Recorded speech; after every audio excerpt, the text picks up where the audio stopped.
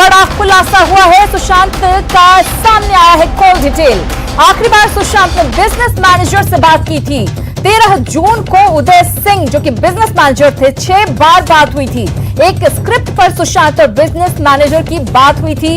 सुशांत और उदय के बीच 6 minute 8 second तक बात हुई थी। 14 जून को ही सुशांत सिंह की मौत हुई थी।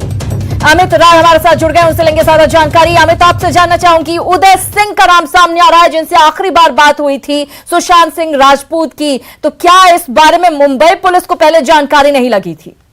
देखिए, मुंबई पुलिस को जानकारी थी और उदय से मुंबई पुलिस ने पूछताछ भी की है, क्योंकि जब हमारे हाथ कॉल डिटेल लगी तो हमने उस नंबर पे कॉल किया। तो कॉल पे जो है उदय सिंह ने जो है फोन उठाया था। उन्होंने ये कहा था कि उनकी और सुशांत के बीच में जो है फिल्मों को लेकर जो है स्क्रिप्ट को लेकर जो है बातचीत हुई थी और सुशांत और उदय के बीच जो है 368 सेकंड जो है बातचीत हुई थी। ये बिजनेस मैनेजर है सुशांत सिंह के उदय, और 13 तारीख को जो है शाम से लेकर रात के 2:22 तक जो है लगभग 6 बार जो है इन दोनों के बीच में जो है बातचीत हुई थी। आखिरी कॉल जो है 2:22 का है उदय सुशांत के बीच का। तो और ये उदय ने ये बताया कि वो कॉल जो थी कौन कॉल थी, मतलब लोग और भी जुड़े थे उस पर, लेकिन कौन जुड़े थे पता नहीं। लेकिन हमने जो है मुंबई पुलिस के सूत्रों से जानकारी हासिल की। उन्होंने कहा कि उदय से जो है पूछताछ जो है हुई है, और उदय ने भी खुद भी कहा कि मुंबई पुलिस को जो उनको स्टेटमेंट देना था उन्होंने अपना स्टेटमेंट दे दिया। लेकिन जो सबसे बड़ी बात ये भी है इस पूरे मामले में लेकर, ये 8 तारीख को जब रिया घर छोड़ के गई थी, 8 तारीख से लेकर 14 तारीख के बीच में रिया ने न सुशांत को मैसेज किया, न रिया ने सुशांत को कॉल किया, न दोनों के बीच में जो है 6 दिन तक कोई बातचीत ही नहीं हुई थी। यानी अब इससे समझ सकती हैं कि क्या हुआ था घर में, किस तरह का झगड़ा हुआ होगा, किस तरह का डिस्टर्बेंस था, किस तरह से रिया घर छोड़ के चली गई। यानी जो खबरें जो है कई दिनों से आ रही थी वो खबरें पुख्ता हो गई हैं कि अगर आपके अच्छे संबंध है किसी से तो आप फोन पे उसका हालचाल जरूर लोगे, लेकिन आप घर छोड़ के चली गई और 6 दिन तक लगातार बातचीत नहीं हुई। 6 दिन बाद उनकी आत्महत्या की खबरें सामने आती है। निश्चित रूप से बहुत धन्यवाद अमित इस जानकारी के लिए। और अब धीरे धीरे करके मामले सामने आते जा रहे हैं। अगली बड़ी खबर इसी केस से जुड़ी हुई, सीबीआई के डीआईजी को जांच सौंप दी गई है। सूत्रों के हवाले से खबर मिल रही है गगनदीप गंभीर की अगुवाई में जांच होगी। गुजरात कैडर की आईपीएस अधिकारी हैं गगनदीप। हमारे सहयोगी शंकर आनंद हमारे साथ जुड़ गए, उनसे लेंगे ज्यादा जानकारी। खबर यही है शंकर की गगनदीप गंभीर की अगुवाई में अब जांच होगी इस पूरे मामले की।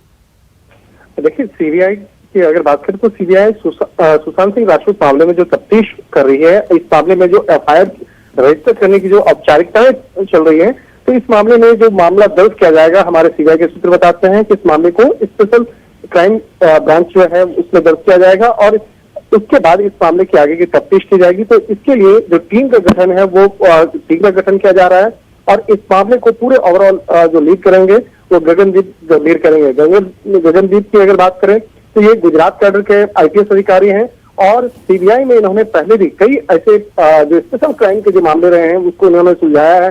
इनकी टीम जो है इस मामले की विशेषज्ञ मानी जाती है।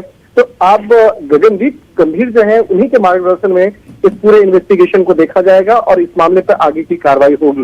हालांकि अभी तक इस मामले में जो एफआईआर रजिस्टर करने की जो औपचारिकताएं चल रही हैं उस पर थोड़ा सा वक्त जरूर लगेगा, लेकिन इतना तो स्पष्ट है कि जो टीम का गठन है वो लगभग किया जा चुका है। कौन कौन से अधिकारी होंगे, कौन कौन इसमें जांच अधिकारी होंगे, इन तमाम मामलों पर सीबीआई में बकायदा सीबीआई मुख्यालय में इस मामले पर चर्चा चल रही है और थोड़ी देर के बाद जो इस एफआईआर को रजिस्टर करने की जो औपचारिकताएं हैं उसको इसमें बिल्कुल तमाम औपचारिकताएं पूरी की जाएंगी। शंकर, बहुत धन्यवाद इस जानकारी के लिए। तो अपडेट यही कि गुजरात कैडर के आईपीएस अधिकारी गगनदीप गंभीर अब इस पूरे मामले को देखेंगे, जांच करेंगे।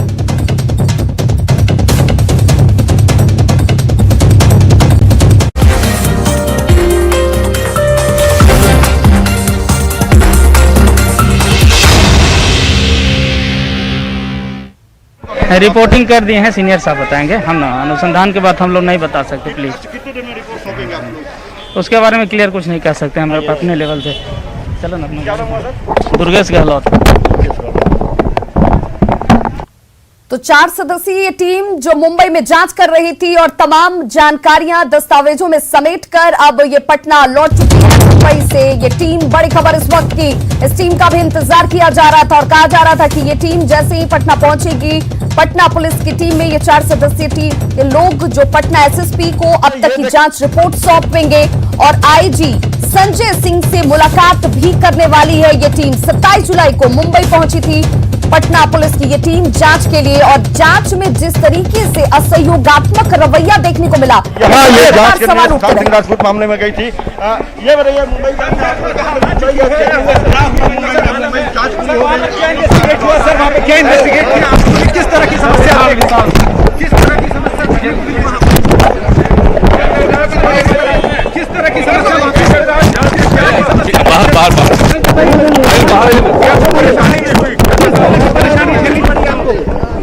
किस तरह की समस्या आप लोगों को वहाँ झेलनी पड़ी? देखिए पटना पहुंची है टीम, बिहार पुलिस की टीम पटना पहुंची है तो जांच करने गई थी। जी क्या देखा आपने, क्या मिला? ये अभी वापस नहीं आएगी क्योंकि सीबीआई का केस ट्रांसफर हो गया। कान सीबीआई को ट्रांसफर हो चुका है और हम लोगों को कुछ भी बोलना भी ठीक नहीं है, ये अनुसंधान का पार्ट है। कह रहे हैं यहाँ और टीम है सीनियर्स को बताएं। लेकिन कुछ आप लोगों को पॉजिटिव आप लोगों को मिला है उसमें, कुछ केस में सफलता कुछ मिली है? इन्वेस्टिगेशन का मैटर है, प्लीज। कुछ सफलता मिली? जी हाँ, अच्छी सफलता मिली। आप लोग का अनुसंधान जो है वो सीबीआई के लिए कितना अहम होगा ये तो बता दो, कितना अहम साबित होगा आप लोग का? तो हमने जितना कर सके हम लोग आपके अनुसंधान कितना इम्पोर्टेंस होगा? बहुत बढ़िया, हमने जितना करना था हमने किया है। जी हाँ, बिल्कुल बिल्कुल, जी हाँ बिल्कुल। ऐसा हम लोग को जानकारी मिली थी। जा रहा था कि आप बीएमसी वालों से बच के आपको कैसे हेल्प होता? और जो हम लोग को पुलिस की ट्रेनिंग है उस हिसाब से हमारे सीनियर्स का जो था। 2 दिन से छुपे भी हुए थे बीएमसी से बचने के लिए। नहीं, हम लोग अपना काम लगा, जो हमारे चैलेंजिंग था, हमारे सीनियर्स का हमारा काफी सपोर्ट था। बात है, रिपोर्ट आप लोग एसएसपी को सौंपेंगे जल्द? रिपोर्ट सौंपेंगे? थोड़ा सा हमारा इन्वेस्टिगेशन का मामला है, प्लीज। बताया जा रहा था कि आप लोग हैं जो बॉम्बे से पटना लौट आई है और इनका कहना था कि काफी मुश्किल भरा था ये पूरा अनुसंधान। हालांकि सीनियर्स का लगातार जो है वो सहयोग मिल रहा था और उसी के बल पे जो है इन्होंने अपना अनुसंधान पूरा किया और अब जो है इनके अनुसंधान जो है वो सीबीआई के लिए अहम साबित होगी। कैमरामैन नीलमणि के साथ अमित कुमार, न्यूज़ 18 पटना। तो तस्वीरें भी, और देखिए आईजी संजय सिंह से मुलाकात करेगी ये टीम और इस टीम के तमाम जो लोग हैं अधिकारी से बातचीत करते हुए नजर आएंगे। लेकिन ये जरूर कहा जब हमारे सहयोगी ने सवाल पूछा कि क्या कितना चैलेंजिंग उस दौरान जांच का वक्त रहा, तो सीधे तौर पर ये अधिकारी कहते नजर आए कि देखिए बहुत चैलेंजिंग था, लेकिन हमारे जो बड़ी अधिकारी हैं, वरीय अधिकारी हैं, उनका सहयोग हमें मिलता रहा। Thank you.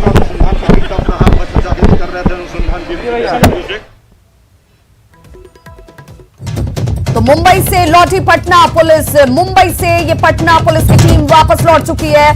पटना एयरपोर्ट पर जो सीधी तस्वीरें थी वो हम आपको दिखा रहे थे, और जितनी जांच की जानी थी वो जांच हमारी तरफ से मुंबई में की गई है। हालांकि ये जांच बहुत चैलेंजिंग रही, लेकिन हमारे वरीय अधिकारियों का हमें सपोर्ट रहा और इसी बूते पर हमने जांच किया है। तमाम दस्तावेजों के साथ हम वापस लौट चुके हैं और अब ये दस्तावेज पटना एसएसपी को सौंपे जाएंगे। अनुसंधान के बाद हम लोग नहीं बता सकते, प्लीज। कितने दिन में रिपोर्ट सौंपेंगे आप लोग? उसके बारे में क्लियर कुछ नहीं कह सकते हम लोग अपने लेवल से। चलो ना, अपना दुर्गेश गहलोत। तो अनुसंधान की बातें हैं वो नहीं बताई जा सकती हैं क्योंकि एक प्रोटोकॉल होता है, उसका पालन किया जा रहा है। तमाम चीजें जो है वो इन्वेस्टिगेशन के दायरे में है, इसलिए उन चीजों का जिक्र यहां करना उचित नहीं होगा। लेकिन ये जरूर कहते हुए नजर आई अधिकारी कि देखिए बहुत चैलेंजिंग था वहां पर जांच करना, और उसी चैलेंज को स्वीकार करते हुए हमने तमाम जानकारियां जुटाई हैं, उनको दस्तावेज में हमने संलग्न किया है और अब हमारे अधिकारियों के बीच हम इन तमाम दस्तावेजों को रखने वाले हैं।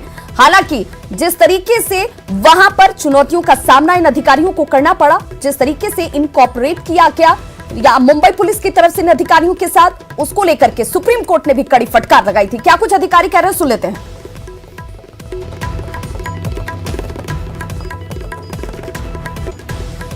हमारे सहयोगी अमित कुमार हमारे साथ सीधे पटना से जुड़ रहे हैं। अमित, जो सवाल, उन सवालों के जवाब में अधिकारियों का बॉडी लैंग्वेज साफ नजर आया कि वहां पर जितनी जानकारी जरूरी थी वो हमने जुटा ली है, अब ये दस्तावेज जो है वरीय अधिकारियों को सौंपे जाएंगे। देखिए, निश्चित तौर पे जो टीम को लीड कर रहे थे उनसे हमारी बात हुई। उसके अलावा टीम में जो शामिल तमाम जो 4 लोग थे उनसे बात हुई। सभी ने एक तरह की बातें कही है कि जो जांच का जिम्मा हमारे ऊपर दिया गया था वो विकट परिस्थिति में होने के बाद भी हम लोगों ने उस अनुसंधान को पूरा किया है। तमाम साक्ष्य जो अहम साक्ष्य है वो हमने गैदर किया है और अब चूंकि यहाँ के अधिकारी जो है हमारे आईजी जो पटना रेंज है संजय सिंह और एसएसपी उपेंद्र शर्मा, इनका जब आदेश हमें मिला कि आप पटना लौट आइए तो हम पटना लौट आए हैं और अब थोड़ी देर के बाद जो है हम अपनी जो जांच रिपोर्ट है वो पटना एसएसपी को सौंपेंगे और उसके बाद जो एसएसपी हैं आईजी को देंगे और ये रिपोर्ट जो है वो डीजीपी के पास भी जाएगी, डीजी टीम के पास जाएगी और फिर ये रिपोर्ट जो है सबको संकलन करने के बाद जो जांच रिपोर्ट है वो तैयार करके जो सुप्रीम कोर्ट है उसे भेजा जाएगा। क्योंकि सुप्रीम कोर्ट ने ये 3 दिनों का डेडलाइन दिया है मुंबई पुलिस को भी और बिहार पुलिस को भी, तो ऐसे में वो वक्त समय सीमा जो है उससे पहले ही ये जांच रिपोर्ट सबमिट कर दी जाए। इसी कारण से इन अधिकारियों को पटना बुलाया गया है। खुद एसएसपी इन लोगों से बात करेंगे, इनसे जो है अनुसंधान के दौरान जो बातें आई है सामने, जो इन्होंने रिटर्न में डॉक्यूमेंट्स को तैयार किया है, जो एविडेंस वहां से गैदर किया है, तमाम मामलों को लेकर के उनसे जानकारी हासिल करेंगे और उसके बाद जांच रिपोर्ट तैयार करके सुप्रीम कोर्ट भिजवाएंगे। लेकिन इन सब के बीच जो सबसे अहम बात इन्होंने कही कि परिस्थिति जो है वो अनुकूल थी, वो विकट स्थिति थी और उस विकट स्थिति में इन लोगों ने बेहतर काम करने की कोशिश की और काफी हद तक जो है कामयाबी हाथ भी लगी है। इनसे जब हमने ये पूछा कि अब ये पूरा मामला जो है वो सीबीआई के पास चला गया है तो क्या आपका अनुसंधान, आप लोगों ने जो अनुसंधान किया है वो अनुसंधान सीबीआई के लिए भी तुरुप का पत्ता साबित हो सकती है? तो टीम के में जो शामिल सदस्य थे उन्होंने कहा कि निश्चित तौर पे चूंकि काफी गहराई से हम लोगों ने अनुसंधान किया है और सीबीआई के लिए ये तुरुप का पत्ता हो सकता है। चूंकि ये जांच अगर हम लोगों को करने दिया गया रहता तो आगे और भी कई एविडेंस जो है हम गैदर करते, लेकिन चूंकि स्थिति जो है वो विपरीत हो गई, लोगों का सहयोग नहीं मिल रहा था। मुंबई पुलिस जो है लगातार सहयोग कर रही थी, यहां तक कि बीएमसी के कर्मचारी अब हमें ढूंढने लगे थे, किसी तरह चोरी छुपे हम लोग रह रहे थे। यहां तक कि एक अधिकारी ने यह भी कहा ऑफ द रिकॉर्ड कि डीटी स्टेशन पे इन लोगों को रात बिताना पड़ा। तो उसके बाद जब अधिकारियों का पटना आईजी और एसएसपी का निर्देश प्राप्त हुआ कि आप पटना लौट आइए, तो कहीं ना कहीं इन्होंने राहत की सांस ली और ये पटना लौट आए हैं। अब जांच रिपोर्ट पटना एसएसपी को सौंपेंगे और उम्मीद जता रहे हैं कि निश्चित तौर पर ये इनका जांच रिपोर्ट जो है वो सुशांत सिंह राजपूत पूरे मामले में सीबीआई जब जांच करेगी, अनुसंधान करेगी, तो इसमें अहम जो है वो साबित होगा इनकी जांच रिपोर्ट। बिल्कुल अमित, इस रूप में भी हम देखें कि सीबीआई ने औपचारिक तरीके से भी अब जांच को अपने अंडर में ले लिया है, इस बाबत भी इन अधिकारियों को वापस बुला लिया गया।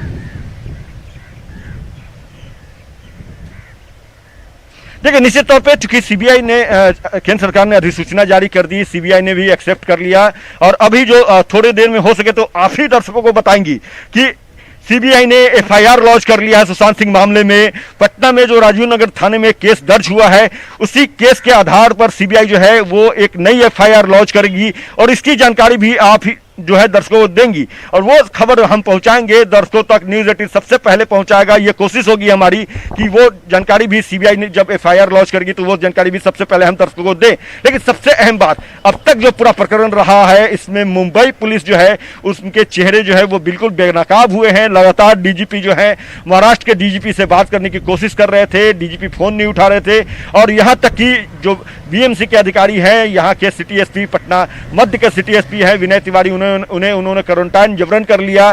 टीम के बाकी सदस्यों की भी खोजबीन कर रहे थे। कहीं ना कहीं एक प्रेशर बनाया जा रहा था पटना पुलिस के ऊपर और उस प्रेशर में भी बेहतर काम किया है। ये जो मोहलत दी गई है सुप्रीम कोर्ट की तरफ से, कल उसकी वो डेडलाइन कंप्लीट हो रही है, तो उस 3 दिन के भीतर स्टेटमेंट जो इन अधिकारियों की तरफ से आएगा, किस तरीके से चैलेंजेस उनके सामने खड़े किए गए, उन्हें छिपना तक पड़ा मुंबई में, इन तमाम चीजों को भी इस पूरे दस्तावेज के साथ संलग्न किया जाएगा जो एक बड़ी भूमिका अदा करता हुआ सुप्रीम कोर्ट में नजर आएगा। बहुत बहुत शुक्रिया अमित, तमाम जानकारी के लिए। इस बड़ी खबर पर नजर आप बनाए रखिए, तमाम अपडेट हम अपने दर्शकों तक सबसे पहले पहुंचाएंगे।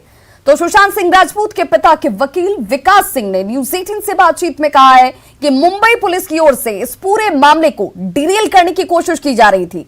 विकास सिंह से बात की हमारे संवाददाता अमितेश कुमार ने। बात करते हैं सुशांत सिंह राजपूत के पिता के वकील विकास सिंह से। विकास सिंह जी, जिस तरह से सीबीआई जांच की अनुशंसा को मान लिया है केंद्र सरकार ने भी और उसके बाद नोटिफिकेशन भी अब जारी होकर के आगे जो उसकी जांच की प्रक्रिया शुरू होगी, कब उम्मीद करते हैं, कब तक जांच शुरू हो पाएगी और आगे किस दिशा में जांच आगे बढ़ेगी? देखिए, मेरे हिसाब से एक बार नोटिफिकेशन आ जाता है तो फिर जल्दी से जल्दी बिहार पुलिस को सारा हैंडओवर करना होता है सीबीआई को।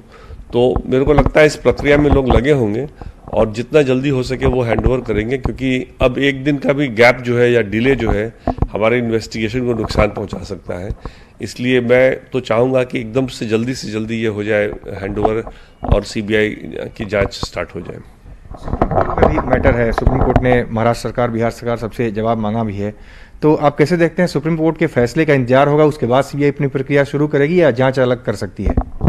देखिए, सुप्रीम कोर्ट ने कोई स्टे तो ग्रांट किया ही नहीं है, इसलिए सीबीआई बिल्कुल अपनी जांच प्रक्रिया कुछ शुरू कर सकती है और जो कुछ भी उसको करना है इन्वेस्टिगेशन के दौरान वो सारा उसके लिए करने पे वो, क्योंकि सीबीआई तो सुप्रीम कोर्ट के सामने थी भी नहीं जब वो ऑर्डर पास हुआ, तो जो भी ओरल ऑब्जर्वेशन वगैरह है वो सीबीआई पे ऐसे भी अप्लाई नहीं करेगा।